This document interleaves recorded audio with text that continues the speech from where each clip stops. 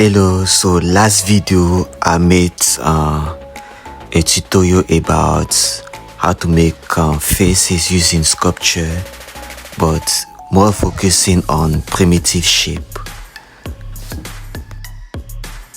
In this video I'm going to focus more on how to make eye sockets and how to make eyeballs, and I may go over how to make nose.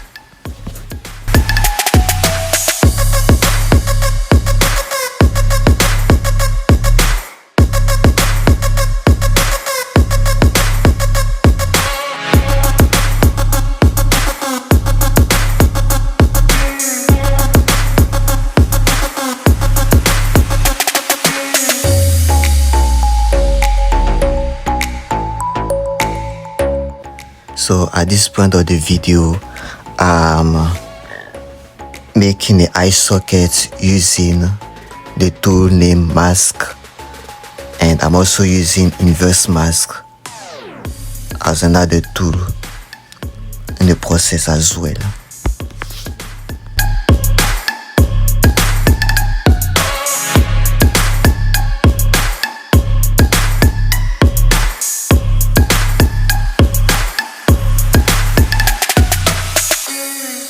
So that's it for the video.